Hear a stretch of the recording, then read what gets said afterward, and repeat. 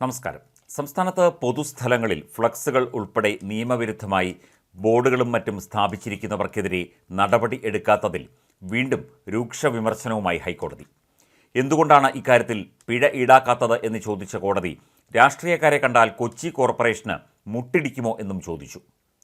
നിയമവിരുദ്ധമായി ബോർഡ് സ്ഥാപിക്കുന്നവരെ എന്തുകൊണ്ടാണ് സംരക്ഷിക്കുന്നത് എന്ന് ചോദിച്ച ജസ്റ്റിസ് ദേവൻ രാമചന്ദ്രൻ 50 ലക്ഷം രൂപയെങ്കിലും പിഴയിനത്തിൽ കോർപ്പറേഷന് ലഭിക്കുമായിരുന്നു എന്നും ചൂണ്ടിക്കാട്ടി.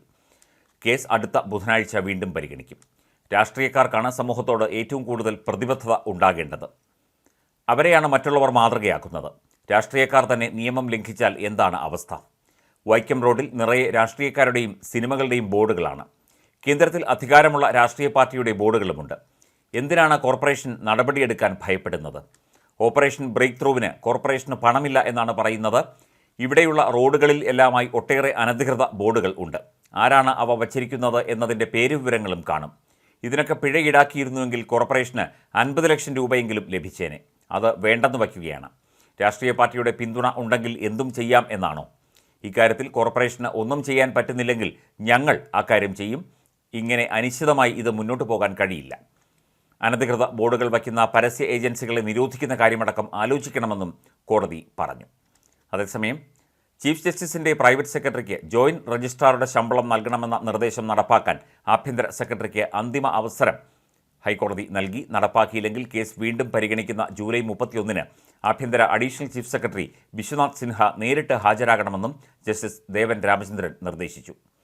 കേസിൽ തൻ്റെ ഭാഗം താൻ തന്നെ വാദിച്ചു കൊള്ളാമെന്ന വിശ്വനാഥ് സിൻഹ കോടതിയെ അറിയിച്ചിരുന്നു. കോടതി അലക്ഷ്യ ഹർജി പരിഗണിക്കുകയായിരുന്നു കോടതി. മുൻപ് കേസ് പരിഗണിച്ചപ്പോൾ വിശ്വനാഥ് സിൻഹ നേരിട്ട് ഹാജരാകണമെന്ന് ഹൈക്കോടതി നിർദ്ദേശിച്ചിരുന്നു. എന്നാൽ ഓൺലൈൻ വഴിയാണ് അദ്ദേഹം ഹാജരായത്. ഇക്കാര്യം കോടതി ചൂണ്ടിക്കാട്ടി. കഴിഞ്ഞ തവണ കേസ് ലിസ്റ്റ് ചെയ്ത സമയത്ത് എറണാകുളത്തേക്ക് പുറപ്പെട്ടതാണെന്നും അന്ന് സിറ്റിംഗ് ഇല്ലാതിരുന്നതിനാൽ തിരിച്ചു പോവുകയായിരുന്നുവെന്നും വിശ്വനാഥ് സിൻഹ അറിയിച്ചു. തുടർന്നാണ് കോടതി ഉത്തരവ് നടപ്പിലാക്കാൻ ഒരവസരം കൂടി നൽകുകയാണെന്ന് ജസ്റ്റിസ് ദേവൻ രാമചന്ദ്രൻ വ്യക്തമാക്കിയത്. അടുത്ത തവണ ഓൺലൈൻ വഴിയല്ല നേരിട്ട് ഹാജരാകേണ്ടി വരുമെന്നും കോടതി പറഞ്ഞു. മുൻ പ്രൈവറ്റ് സെക്രട്ടറിയുടെ ഹർജികളെ തുടർന്നുണ്ടായ ഹൈക്കോടതി ഉത്തരവനുസരിച്ച് ഹൈക്കോടതി ചീഫ് ജസ്റ്റിസിൻ്റെ പ്രൈവറ്റ് സെക്രട്ടറിക്ക് ജോയിന്റ് സെക്രട്ടറിയുടെ ശമ്പള സ്കെയിലിന് യോഗ്യതയുണ്ടെന്ന് സർക്കാർ നേരത്തെ വ്യക്തമാക്കിയിരുന്നു. 2020 ജനുവരി 1 മുതൽ 85,000, 1,17,600 രൂപ പേ സ്കെയിൽ അനുവദിക്കാൻ ചീഫ് ജസ്റ്റിസിൻ്റെ നിർദ്ദേശത്തിൻ്റെ അടിസ്ഥാനത്തിൽ സർക്കാരിന് രജിസ്ട്രാർ കത്ത് നൽകി. ചീഫ് ജസ്റ്റിസിൻ്റെ പ്രൈവറ്റ് സെക്രട്ടറിയായിരുന്ന സിബി തോമസാണ് ഹർജി നൽകിയത്.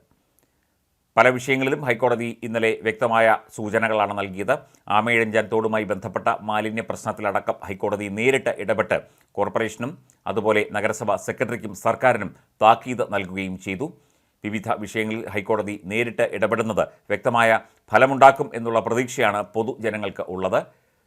സാമൂഹ്യ വിഷയങ്ങളിലും സാമൂഹ്യ പ്രശ്നങ്ങളിലുമൊക്കെ തന്നെ നേരിട്ട് ഇടപെട്ടുകൊണ്ടാണ് ജസ്റ്റിസ് ദേവൻ രാമചന്ദ്രൻ പലപ്പോഴും തൻ്റെ നിലപാട് അറിയിച്ചുകൊണ്ടിരിക്കുന്നത്.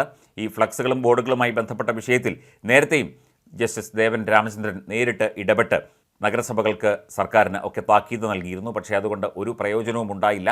അതുകൊണ്ടാണ് വീണ്ടും ഇപ്പോൾ ശക്തമായ നടപടി ഹൈക്കോടതി തന്നെ ഈ വിഷയത്തിൽ സ്വീകരിക്കും എന്ന മുന്നറിയിപ്പ് നൽകിയിരിക്കുന്നത്.